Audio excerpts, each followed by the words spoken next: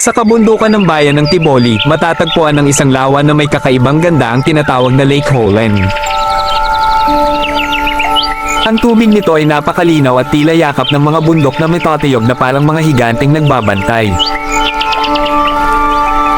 Ayon sa mga matatanda, ang mga bundok na iyon ay hindi basta likha ng kalikasan, kundi mga tagapangalaga ng Loang Holland. Sa kailaliman ng Loang Holland, nananahan noon ang kaharian ng mga bulol. Pinamumunuan ito ng isang matandang hari na si Kay Mokol, isang pinunong marunong at makatarungan. Sa ilalim ng kanyang pamumuno, payapa ang kaharian. Subalit habang lumilipas ang panahon, si Kay Mokol ay tumatanda na at napagtanto niyang kailangan na niyang ipasa ang pamumuno sa kanyang nag-iisang anak na si Todd Bulol. Nang umupo si Todd Bulol bilang bagong hari, kanyang napagtanto na hindi madali ang maging pinuno. Masyadong malawak ang kaharian at maraming tungkulin ang kailangang gampanan. Kaya't pumili siya ng 15 tapat na tagapangalaga upang tumulong sa kanya sa pangangalaga ng Loang Holland at ng buong kaharian. Ang una ay si Bulol Kolon, ang pari ng kaharian. Siya ang namumuno sa mga banal na seremonya at misa sa kaharian ni Todd Bulol. Ang ikalawa ay si Bulol Bialaw, ang mata ng hari. Siya ang tagamasid ng kaharian, nakakakita ng lahat ng nagaganap sa paligid, kaya't walang lihim na hindi niya natutuklasan. Ang ikatlo ay si Bulol Pet, ang tagapagpatupad ng batas. Siya ang humuhuli sa mga nagkakasala at nagsisiguro na nananatiling payapa ang kaharian ng Holland. Ang ikaapat ay si Bulol Motomoho, anak ni Bulol Bialaw. Siya ay kilalang malikot at laging humihiling ng anumang naisin sa kanyang ama, isang batang palasunod, ngunit may pusong tapat sa kanilang kaharian.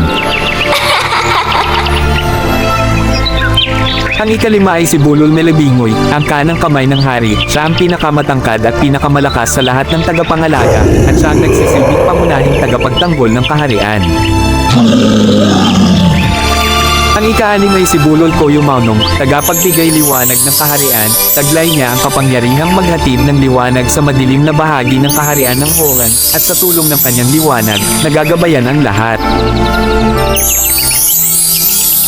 Ang ikapito ay si Bulol Motolop, kalahating tao at kalahating hayop, ang tagabantay sa mga kagubatan at hangganan ng kaharian. Siya ang pumipigil sa mga masasamang nilalang at sa mga taong may masamang hangarin.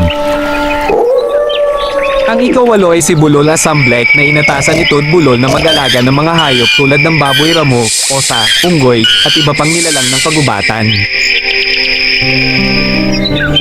Ang ikasyam ay si Bulol Kulubongo, ang unang babaeng tagapangalaga. Siya ang tagapagturo ng disiplina sa mga naninirahan sa kaharian, at pinapaalalahanan ang sinumang lumalabag sa utos ng hari.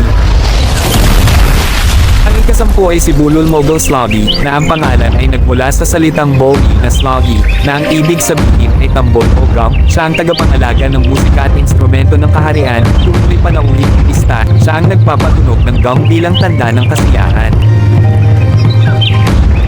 Ang ikalabing-isa ay si Bulol Kiasal, tagapag-ingat ng kayamanan ng hari. Siya ang nagbabantay sa lahat ng ginto, piyas, at mga yaman ng kaharian upang hindi ito maagaw o masira.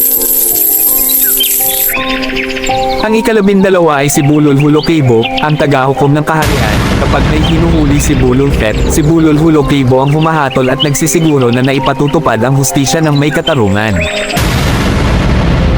Ang ikalabintatlo ay si Bulol Nabanghaga, isang prinsesa. Siya ang tagapag-alaga ng hardin ni Todd Bulol, at sa kanyang mga kamay ay namumukadkad ang mga bulaklak at halaman sa buong kaharian. Ang ikalabing-apat ay si Bulol Salabyaan, tagapangalaga ng mga ibon ng hari. Sa kanya inatas ang protektahan ang mga ibon na nagbibigay ng himig sa umaga at sa mga seremonyang banal. At ang pinakahuli ay si Bulol Kotong Boso, ang kusiniro ng kaharian. Siya ang tagapagluto para sa hari at sa mga tagapangalaga. Bagaman may anyong nakatatakot, siya ay may pusong mabuti at mapaglingkod. At hanggang sa ngayon, kung titingnan mo mula sa itaas, makikita mong may 15 bundok na nakapalibot sa Loang Holland. Sinasabi ng mga matatanda na sila ang mga tagapangalaga, tahimik ngunit gising kapag may taong sisira o magpapabaya sa lawa, at ang kanilang diwa ay gigising upang muling ipagtanggol ang kaharian ng Lake Holland.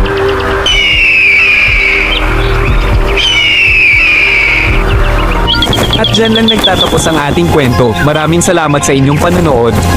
Sana ay mayroon kayong natututunan.